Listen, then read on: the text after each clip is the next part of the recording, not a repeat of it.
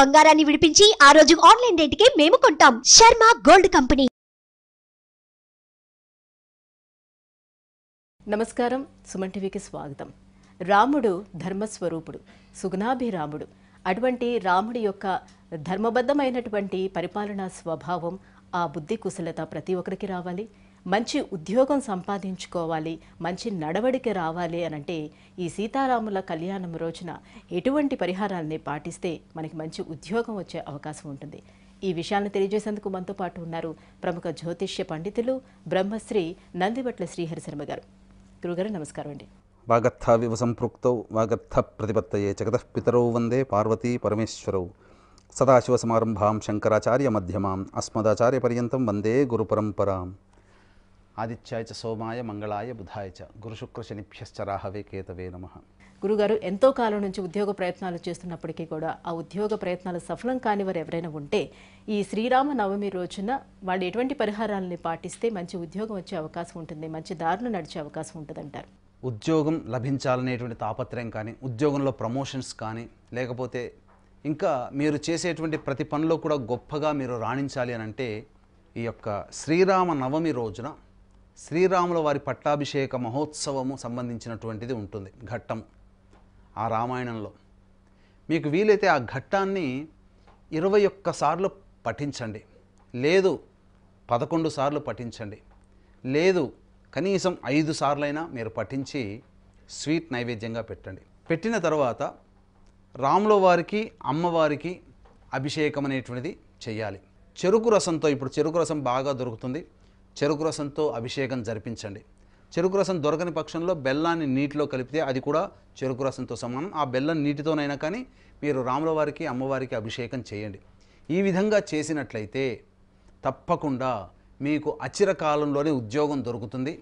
ఇంకా మీకు భక్తి ఉంది, సమయం ఉంది అనుకున్నప్పుడు ఏం చేస్తారంటే భరతుని యొక్క అనుగ్రహం పొందాలి. ఎందుకంటే ఉద్యోగం లభించాలి అని అన్నప్పుడు భరతుల వారు చాలా గొప్పగా ఉద్యోగాన్వేషణలో ఉన్న వాళ్ళకి సహకరిస్తాడు. ఇది వాస్తవం, యథార్థము, జరిగిన సంఘటనలు చాలా ఉన్నాయి.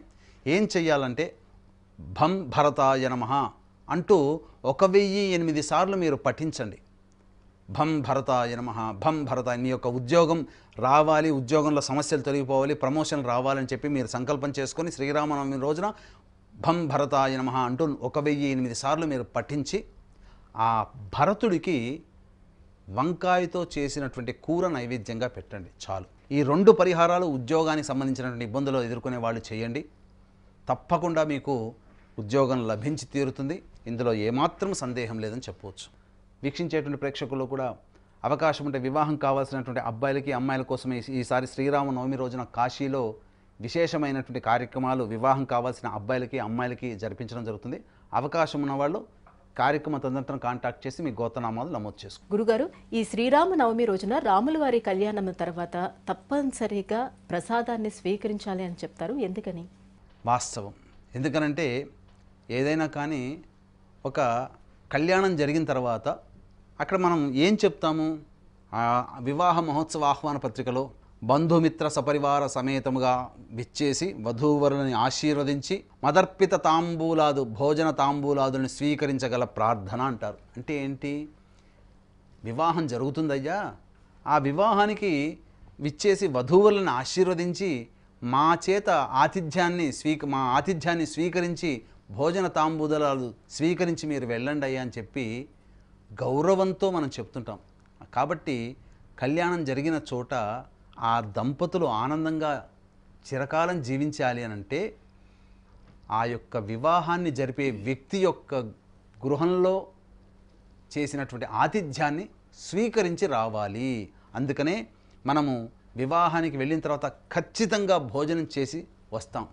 అలాగే ఈ యొక్క స్వామివారి యొక్క కళ్యాణానికి కూడా విచ్చేసి తిలకించి పులకించినటువంటి భక్తులందరూ కూడా ఆ యొక్క స్వామివారి కళ్యాణాన్ని జరిపించినటువంటి పెద్దలు అర్పించినటువంటి భోజన తాంబూలాదులు స్వీకరించి వస్తేనే మనకు స్వాముల వారి యొక్క కళ్యాణాన్ని తిలకించిన పుణ్యము లభిస్తుంది. లేకపోతే అక్కడి నుంచి వచ్చి బయటకు వచ్చామా ఆ స్వామివారి యొక్క ఆగ్రహానికి గురవుతాము. ధర్మానికి ప్రతీక అయినటువంటి రాముల వారి యొక్క కళ్యాణాన్ని తిలకించిన తర్వాత రాముల వారు ప్రసాదించిన భోజనాన్ని తీసుకొని రాకపోతే మనకు ధర్మాగ్రహం చేసిన వాళ్ళం అవుతాం. కాబట్టి ధర్మాగ్రహం జరిగినటువంటి వ్యక్తికి మంచి జరగదు అని చెప్పి మనకు శాస్త్రం చెప్పబడుతుంది. కాబట్టి దాన్ని దృష్టిలో పెట్టుకునైనా కళ్యాణానికి వెళ్ళిన వాళ్ళు ఖచ్చితంగా మీరు స్వీకరించి భోజన తాంబూలాదులు స్వీకరించి రండి.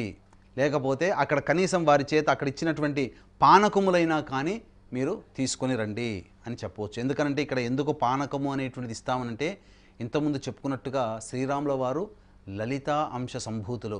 లలితా అమ్మవారు ధరించినటువంటి ధనుర్బాణం ఏంటంటే చెరుకు గడతో చేసినటువంటి విల్లుని ధరిస్తుంది.